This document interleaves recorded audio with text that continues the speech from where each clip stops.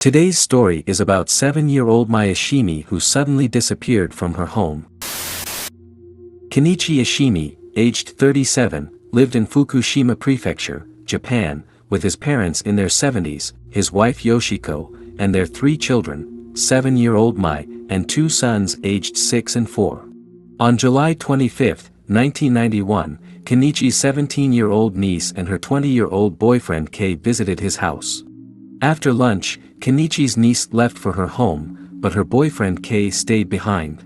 At that time, 2 of Mai's friends, children of Yoshiko's friend, came over. After Kenichi's parents left for karaoke around 9:10 p.m., Mai, her friends, and Kei were playing video games together. At around 10:30 p.m., Yoshiko went to Mai's room to check if the children were sleeping well.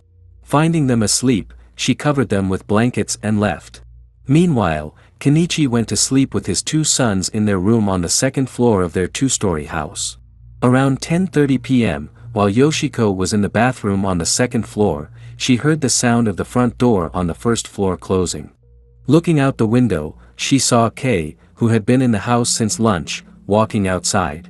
She wondered where he was going at that hour and returned downstairs to start taking a shower. As she showered on the 1st floor, she heard the front door closing again and footsteps going up the stairs. Assuming it was someone from their large family returning home, she didn't think much of it. After finishing her bath, she went to sleep in the 2nd floor room where her husband and 2 children were sleeping. In the early morning around 2 a.m., Kenichi's parents returned from karaoke and found the front door open. They realized that Kei, who should have been inside, had not returned yet. They woke him up to inform him of the open door and Kei's absence, but he was still deeply asleep and didn't think much of it, going back to sleep. Around 5:30 a.m., 2 Mai's friends who were sleeping with Mai woke up and realized Mai wasn't there. They immediately informed Mai's parents, and the family became worried about where Mai had gone in the middle of the night.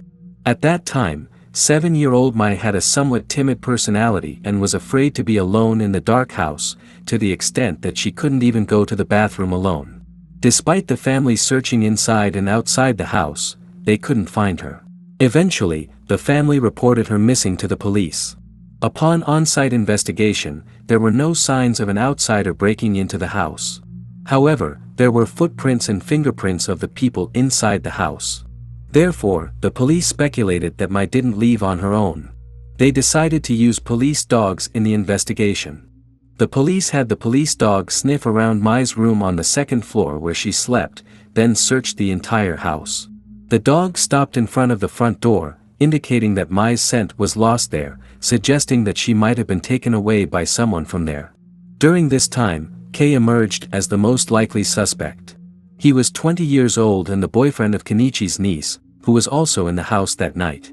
While the family was searching for the child for a long time after waking up early in the morning, Kei returned home around 6:30 a.m. The police called him in for questioning, and he claimed that he had gone out to meet a friend the previous night but missed the last train, so he took a taxi to the friend's house. However, he couldn't meet the friend, waited until morning, then took the first subway back home. The police found it suspicious that he spent the night in the neighborhood despite not meeting the friend.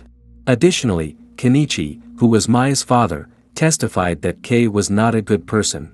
He mentioned that Kei was his niece's boyfriend and that when she was wandering, the 2 met, implying that Kenichi didn't oppose their relationship. Kenichi also mentioned that he had employed Kei at his company, but their relationship was not good because Kei often used drugs and was in a hallucinatory state. Since there wasn't enough evidence based solely on Kei's behavior, the police continued the investigation for 2 more weeks. However, they found no evidence against Kei. Moreover, a testimony from a taxi driver surfaced, stating that he had picked up Kei and driven him home, which led to Kei being excluded as a suspect.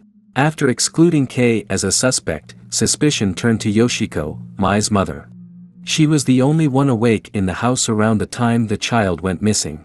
According to her, she heard the sound of the front door closing and footsteps going up the stairs past 10:30 p.m. while she was taking a shower. She heard the sounds but didn't check or think much of them at the time, which raised suspicion. At that time, the grandparents were at karaoke, and the husband was sleeping in the 2nd floor room, while Kei was outside. If someone had entered the house while Kei was outside, Yoshiko should have checked, but she didn't, which raised suspicion. When Mai's disappearance became known in Japan, a website in Japan speculated that Yoshiko and Kei conspired to kidnap the child. Netizens questioned how Yoshiko, who heard someone entering the house and going to the second-floor room where her children were sleeping that night, could continue showering without suspicion.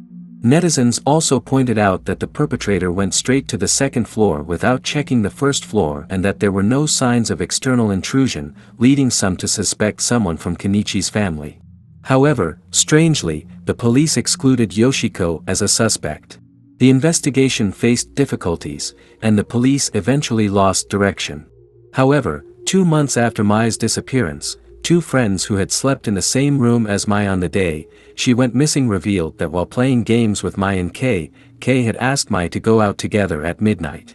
Kenichi and Yoshiko thought this testimony was crucial and reported it to the police, but the police dismissed it as coerced from the children. Kenichi and Yoshiko appeared on a television program to find the missing child, but they received prank calls instead of concrete leads or clear evidence. At the time, Kenichi strongly suspected Kei based on his usual behavior and eventually had to close down his company to focus on tailing Kei. However, even after a long tailing operation, no evidence was found. The family firmly believed that the child would return someday, so they waited without holding a funeral for about 24 years after the disappearance. However, in 2015, the family lost hope and moved elsewhere. Sadly, this case remains one of Japan's top 3 unsolved child disappearance cases, leaving only sorrow behind.